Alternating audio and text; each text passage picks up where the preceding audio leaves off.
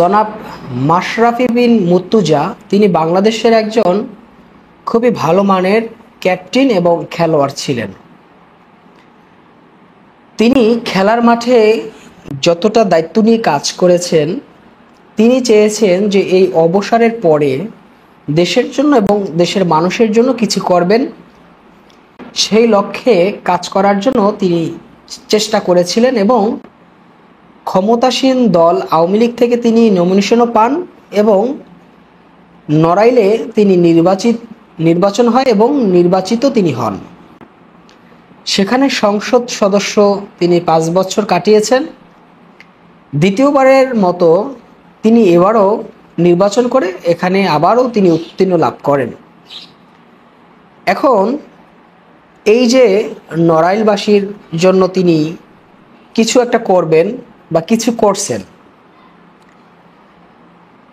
এই আওয়ামী লীগ সরকার তো 5ই আগস্ট তাদের পদত্যাগের পরে বাংলাদেশের যে সংসদ ছিল সেই সংসদটা ভেঙে নতুনভাবে গঠন করা হবে সামনে, এবং সংসদটা ভেঙে দেওয়ার পরে মাশরাফি সাহেবের এমপিত্ব চলে যান এবং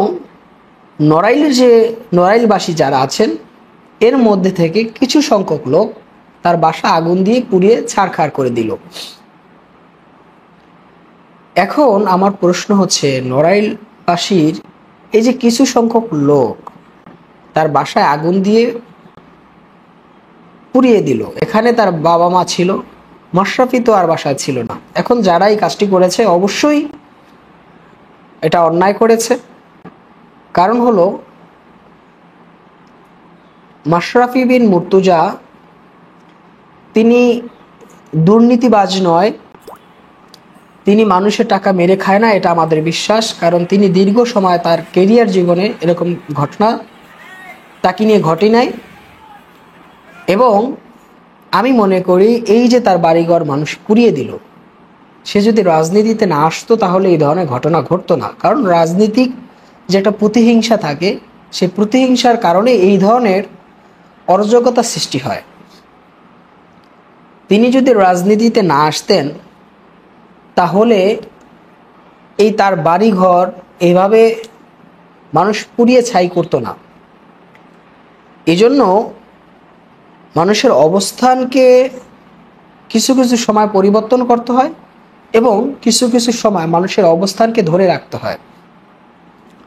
আপনি যদি ক্রিকেটার মাশরাফি থাকতেন তাহলে এই যে কোঠা আন্দোলন হয়েছে, আপনি ছাত্র জনতা তাদেরকে সমর্থন করতে পারতেন, কোনো রকম বাধা বিপত্তি আপনার প্রতি হতো না,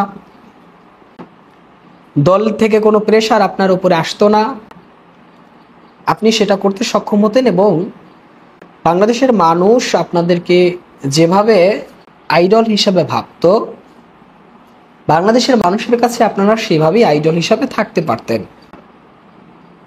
কিন্তু এই রাজনীতিতে আসার কারণে, আপনার পদ এবং পজিশন থাকার কারণে আপনি যে বাধা এবং বিপত্তির মধ্যে ছিলেন, সেই জায়গায় থেকে অনেক কিছুই করা সম্ভব না, এটা আমরা জানি। এখন সেটা জেনে বুঝেও আপনার নড়াইলবাসী, আপনার এলাকার মানুষই আপনার বাসা পুড়িয়ে দিল। সেখানে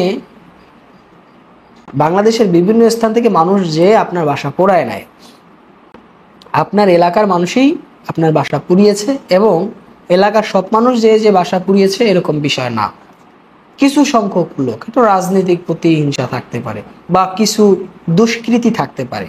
কারণ অনেকেই তো সুযোগ সন্ধানী, কাকে কখন আক্রমণ করা যায়, কার বাসা কখন লুটপাট করা যায়। আমাদের সমাজে এরকম কিছু লোক আছে, সবসময় ওত পেতে থাকে যে কাকে ধরবে, কাকে মারবে, এই চিন্তাতে তারা নিজেকে ব্যস্ত বানিয়ে রাখে। এই ধরনের কিছু লোকের কারণেই সারা বাংলাদেশের জ্বালাও পোড়াও এই ধরনের ঘটনা ঘটে থাকে। তো আমরা মাশরাফি নিয়ে যেটা দেখলাম যে এই ভদ্রলোক তিনি যদি রাজনীতিতে না আসতেন তাহলে তার এই যে খেলার যে ক্যারিয়ারটা এবং তার যে এই যে বাসার উপরে যে হামলা হলো, তার ব্যক্তিত্বের উপরে যে একটা মানুষের অনীহা চলে আসলো। এই যে সব বিষয়ের মেইন কারণে আমরা দেখতে পেলাম তিনি যে রাজনীতিতে এসেছেন এখানে তাকে শ্যুট করেনি। খেলার মাঠটাই তার জন্য সবচেয়ে ভালো ছিল, এবং রাজনীতিতে আসার পরে অনেকে তো গেইনার হয়ে যায়, আবার অনেকে লুজার হয়ে যায়, অনেকে শেষ হয়ে যায়, অনেকে জেল কাটতে কাটতে শেষ। রাজনৈতিক ব্যাপারটা হচ্ছে এরকম।